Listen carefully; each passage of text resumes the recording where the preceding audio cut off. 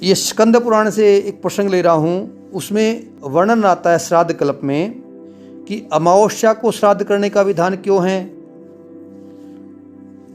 वो वर्णन आता है कि चर्चा होती कि यमलोक या सर्वलोक में रहने वाले पितरों को भी जब तक भूख प्यास अधिक होती है, जब तक कि वे माता पिता के 3 पीढ़ी के अंतर्गत रहते हैं। वो 3 पीढ़ी मतलब अपने नाना पक्ष की और पिताजी पक्ष की, दोनों पक्ष की होती हैं। और आगे क्या लिखे हैं कि जब तक श्राद्ध भाग ग्रहण करने के लिए उनमें भूख प्यास की अधिकता भी होती है।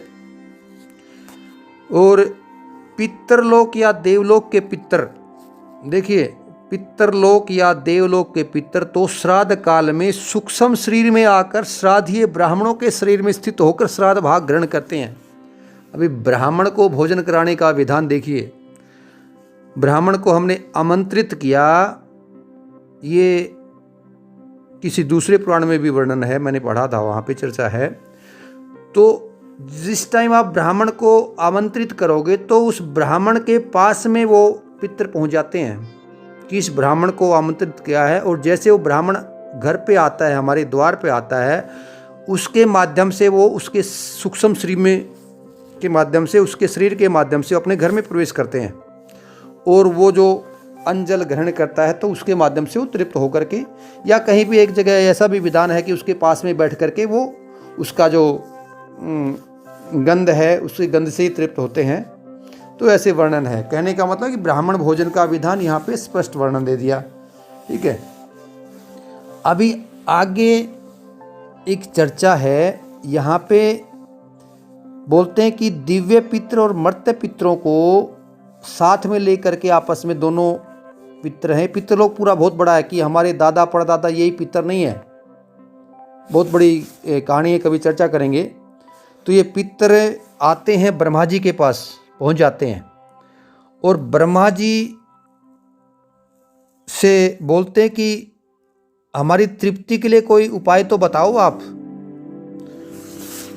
अभी ब्रह्मा जी ने कहा कि पितरों, यदि मनुष्य पिता पितामह परपितामह के उद्देश्य से, मतलब हमारा पिताजी, हमारा दादाजी और हमारा परदादाजी, इसके उद्देश्य से, तथा मातामह परमातामह वर्द परमातामह के उद्देश्य से श्राद्ध तर्पण करेंगे तो उतने से ही उनके पिता और मातामह से लेकर मुझ तक सभी पितृ तृप्त हो जाएंगे।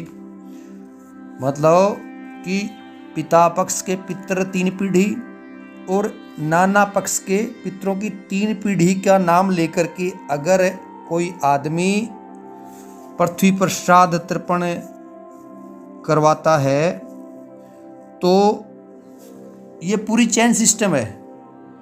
वहाँ से लेकर के 3 पीढ़ी से लेकर के मुझ तक सभी पितर तृप्त हो जाएंगे। आगे की बीच की जितनी भी चैन है वो पूरी की पूरी तृप्त हो जाएगी। अभी पूरा ध्यान से सुनो। अभी बोलते हैं कि अमावस्या के दिन जो हम लोग अमावस्या को जो पितरों के निमित्त जो भी अपना सीधा निकालते हैं, गोग्रास निकालते हैं, ब्राह्मण भोजन करवाते हैं, तर्पण करवाते हैं या जो भी करते हैं, सूर्य को जल देते हैं, तो उससे सिर्फ तृप्ति होती है। 1 माह तक तृप्ति बनी रहेगी। ये बात कौन कर रहे हैं? ब्रह्मा जी कर रहे हैं। किसको कर रहे हैं? पितरों को कह रहे हैं। उसके बाद सूर्य देव के कन्या राशि पर स्थित रहते इसमें अश्विन कृष्ण पक्ष पितृपक्ष या महाल्य श्राद्ध, जो अपना आसोज महीने में जो पितृपक्ष आता है या जिसको कनागत बोलते हैं, महाल्य श्राद्ध आता है, तो उस टाइम अगर किसी की मृत्यु तिथि पर पितरों के लिए श्राद्ध करेगा तो उस श्राद्ध से 1 वर्ष तक तृप्ति रहेगी। अभी ये दो चीज़ें बता दी उन्होंने, ब्रह्मा जी ने। उसके बाद बोलते हैं कि अगर ऐसा नहीं करेगा तो वो क्या होगा? धनहीन चंडाल होगा।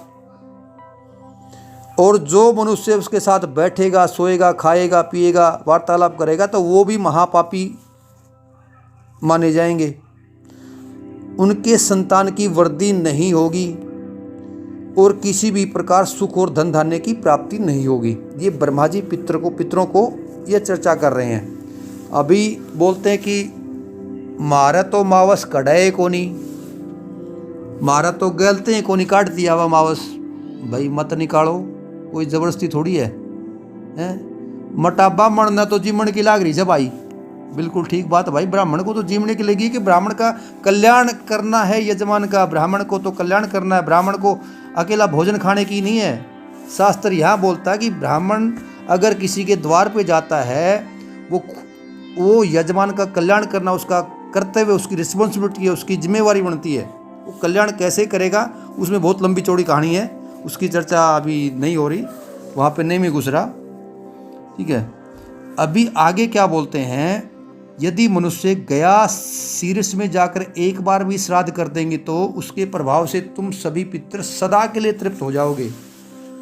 क्या बोल रहे हैं, अगर गया जी में श्राद्ध कर दिया तो क्या हो जाएगा, सदा सदा के लिए तृप्त हो जाओगे। अभी भाई गया जी में तो जाना सबकी बस की बात है नहीं, तो क्या करें। तो एक दूसरे पुराण में एक प्रसंग आता है, अगर कोई गया जी में नहीं जा सकता है तो वृंदावन के केसी घाट पे सोमवती अमावस्या को वहाँ पे शिवलिंग का अभिषेक करो और वहीं पे तर्पण कर दो, तो भी गया जी के समकक्ष है।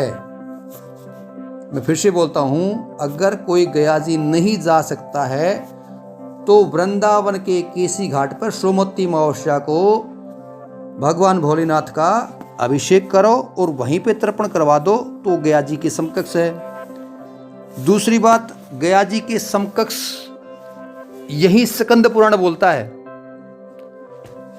आप द्वारका तीर्थ में जाइए, गोमती में स्नान कीजिए, गोमती में स्नान कर करके भगवान श्री कृष्ण के दर्शन कीजिए, मतलब द्वारकाधीश मंदिर का दर्शन कीजिए और रुक्मिणी मंदिर का दर्शन कीजिए, तो आपके पितरों का उद्धार हो गया, नरक से निकल गए। और वो खुश होकर के बोलते हैं कि इतने प्रसन्न होते हैं कि उसकी व्याख्या इसमें वो क्या बोलते हैं, खुशी खुशी से, जैसे वो नरक से निकल के स्वर्ग में जाते इतने खुश होकर के निकलते हैं, उसका वर्णन किया हुआ है यहाँ पे। तो वो भी गया श्राद्ध के ही समकक्ष माना गया है। ये द्वारका खंड में, इसमें स्कंद पुराण में इसका वर्णन दिया हुआ है।